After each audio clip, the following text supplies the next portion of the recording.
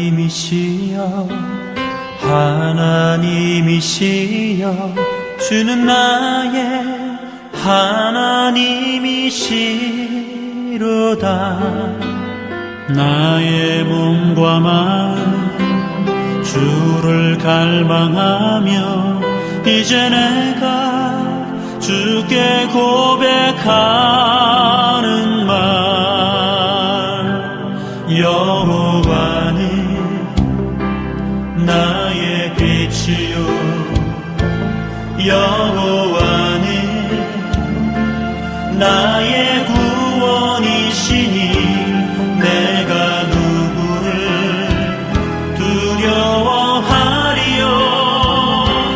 여호와는 생명의 피난처시니 주의 인자가 생명보다 나음으로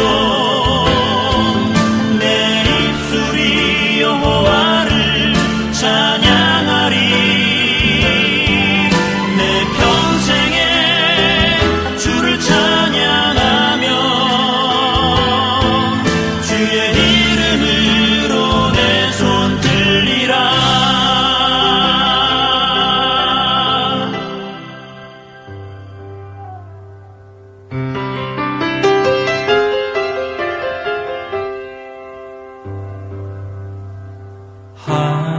하나님이시여 하나님이시여 주는 나의 하나님이시로다. 나의 몸과 마음 주를 갈망하며 이제 내가 주께 고백하는 말, 여호와는 나의 빛이요 여호와는 나의 구원이시니 내가 누구를 두려워하리요. 여호와는 생명의 피난처시니 주의 인자가 생명보다 나음으로 내 입술이 여호와를 찬양하리. 내 평생에 주를 찬양하며 주의 이름으로 내 손 들리라. 주의 인자가 생명보다 나음으로 내 입술이 여호와를 찬양하리. 평생에 주를 찬양하며 주의 이름으로 내 손 들리라. 주의 이름으로 내 손 들리라.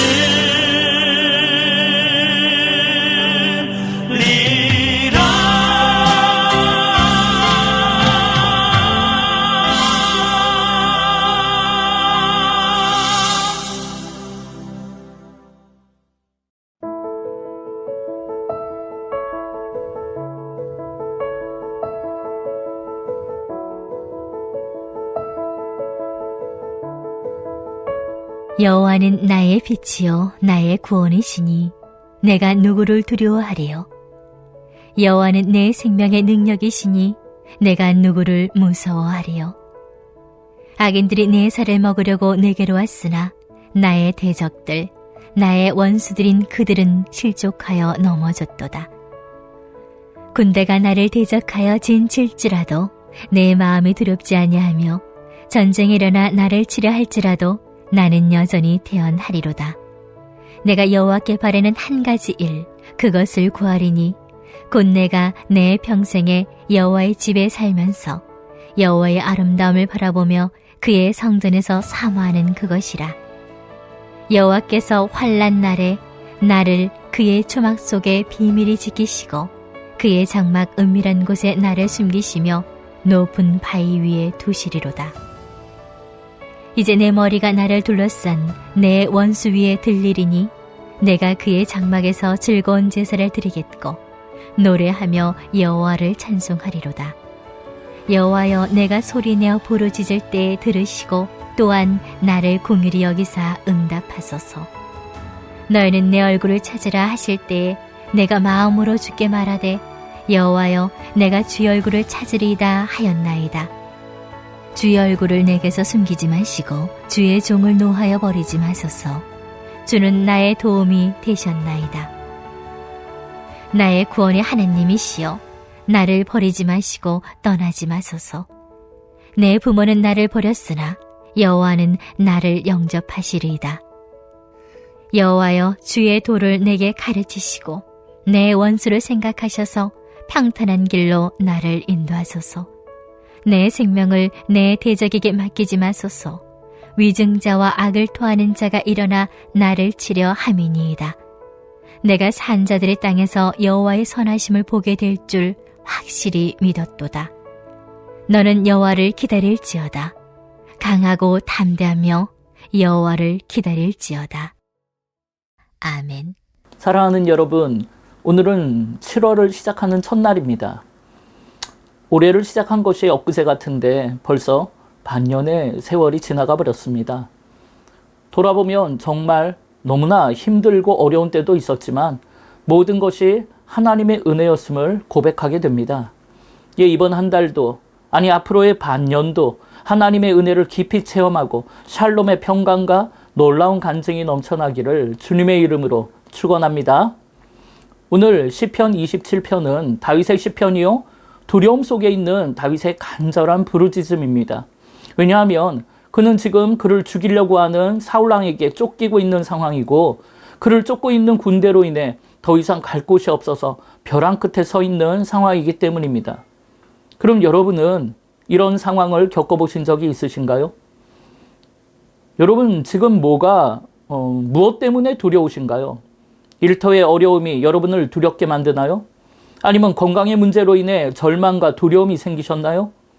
아니면 자녀들의 문제나 인간관계의 어려움으로 사방이 막힌 듯이 답답한 마음으로 주저앉아 계신가요? 사실 그런 일들이 실제 우리의 삶에 일어나면 너무나 걱정되고 두려운 것이 사실입니다. 그러면 여러분, 그럴 때 우리는 과연 어떻게 해야 할까요? 오늘 다윗은 그런 두려움 속에서 하나님께 찬송하며 부르짖어 기도함으로 그 두려움을 이겨내고 있습니다. 오늘 본문의 다윗은 우리가 잘 아는 것처럼 꽃 같은 청춘의 시기를 죽음의 골짜기에서 요리하며 살았잖아요.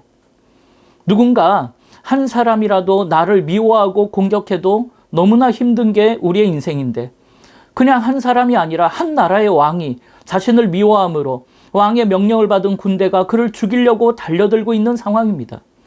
이를 다윗은 오늘 본문 2절에 악인들이 내 살을 먹으려고 내게로 오고 있다고 했고 3절에서는 군대가 나를 대적하여 진을 치고 있다고 말하고 있습니다. 그래서 다윗은 지금 사방이 막혀있는 답답한 상황 속에서 유일하게 열려있는 하늘을 향해 부르짖어 기도할 수밖에 아무것도 할 수 없는 상황입니다. 이에 다윗은 오늘 본문 7절에 보면 여호와여, 내가 소리내어 부르짖을 때에 들으시고 응답해달라고 호소하면서 8절과 9절에서 뭐라고 부르짖냐면 너희는 내 얼굴을 찾으라 하실 때 내가 마음으로 주께 말하되 여호와여, 내가 주의 얼굴을 찾으리이다 하였나이다.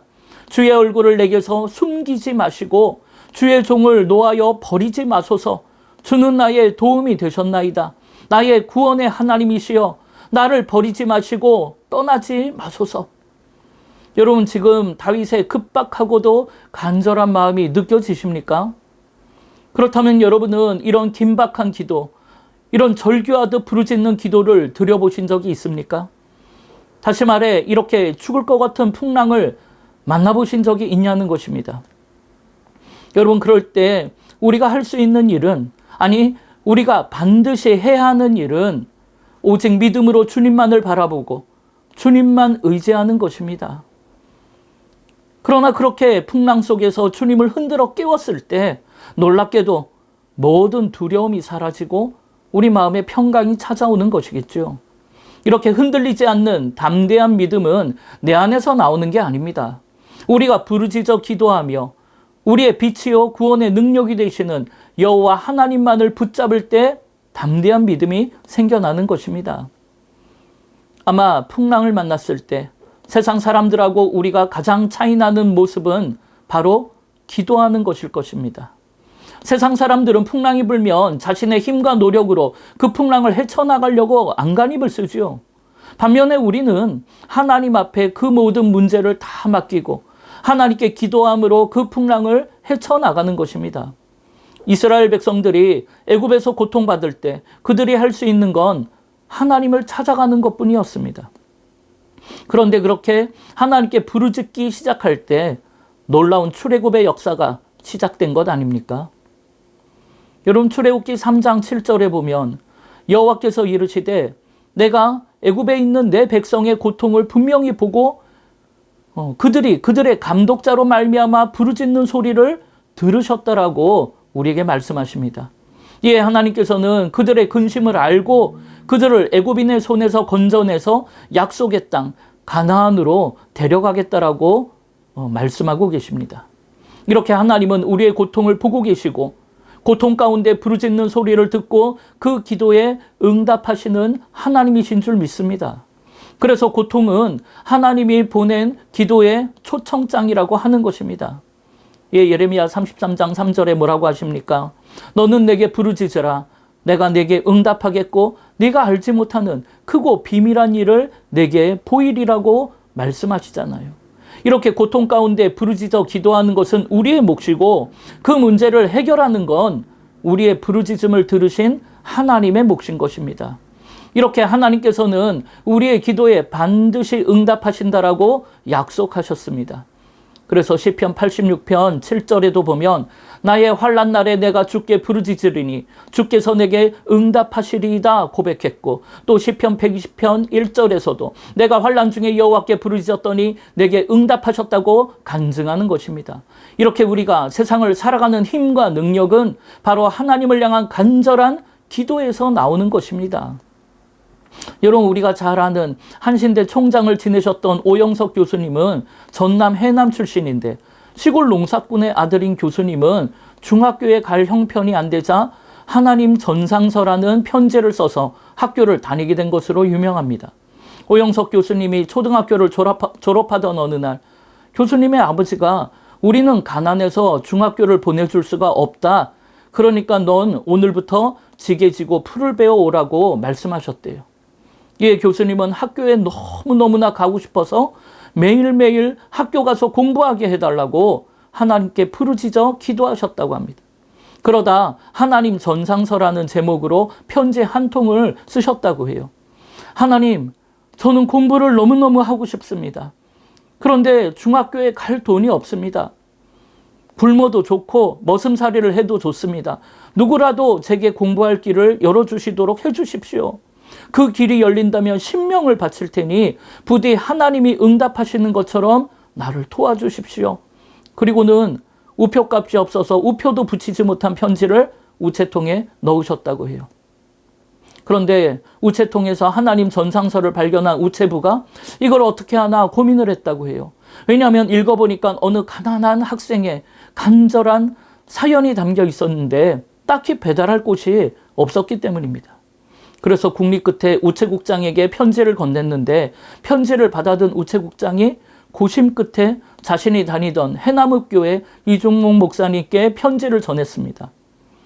이에 목사님은 소년 오영석을 읍내로 불렀고 소년은 목사님네 과수원에서 기거하며 꿈에도 그리던 중학교에 다니게 되었다고 합니다. 그리고는 줄곧 우등생으로 장학생으로 중고등학교를 마친 소년은 후에 목사가 되었고 유학도 다녀와서 결국 한신대 총장까지 되었다는 것입니다. 사랑하는 여러분, 우리의 삶에 어려움이 없을 수는 없습니다. 풍랑과 비바람이 부는 게 당연하지요.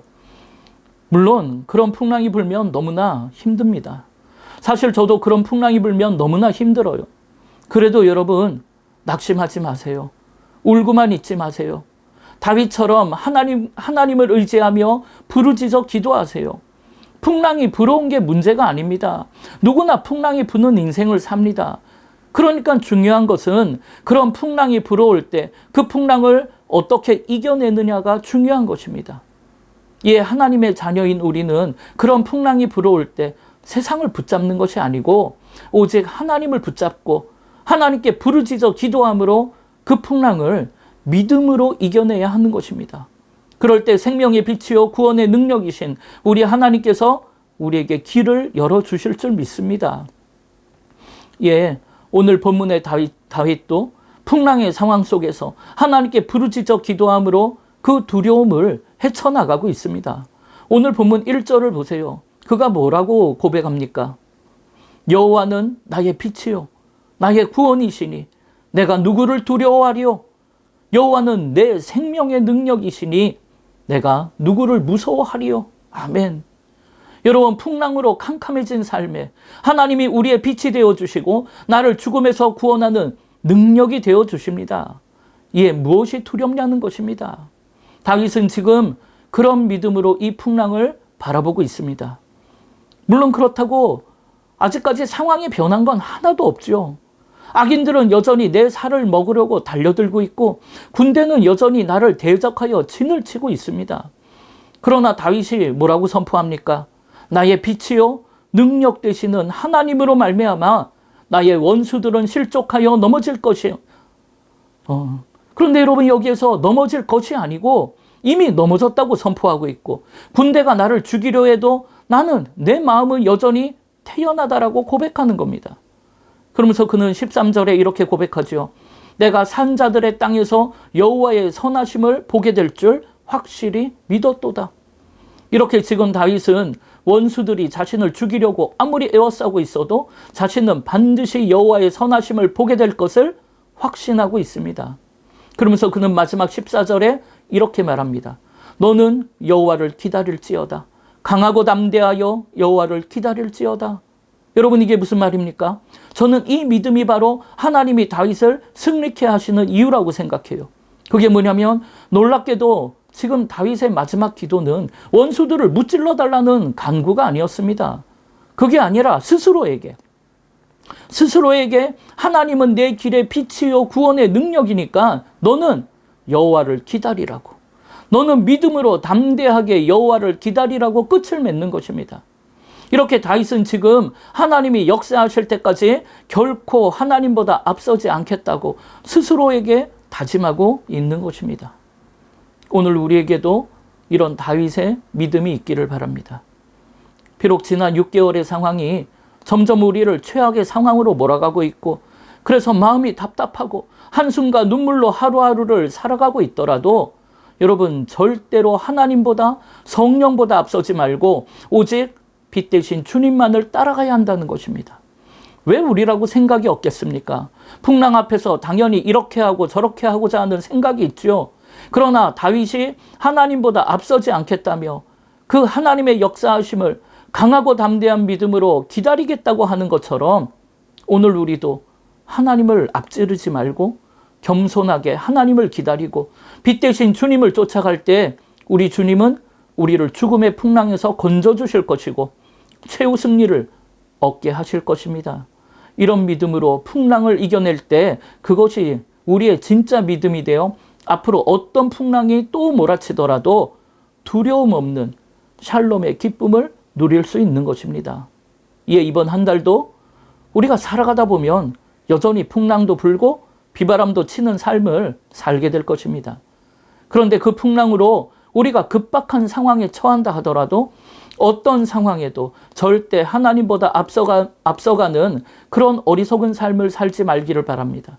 그럴 때 오늘 다윗처럼 찬양하고 기도하시기 바랍니다. 여호와는 나의 빛이요 나의 구원이시니 내가 누구를 두려워하리요? 여호와는 내 생명의 능력이시니 내가 누구를 무서워하리요? 너는 여호와를 기다리고 기다릴지어다. 강하고 담대하게 여호와를 기다릴지어다. 그렇게 찬양하며 부르짖어 기도할 때 다윗을 구원하신 하나님께서 오늘 우리도 반드시 구원해 주실 줄 믿습니다.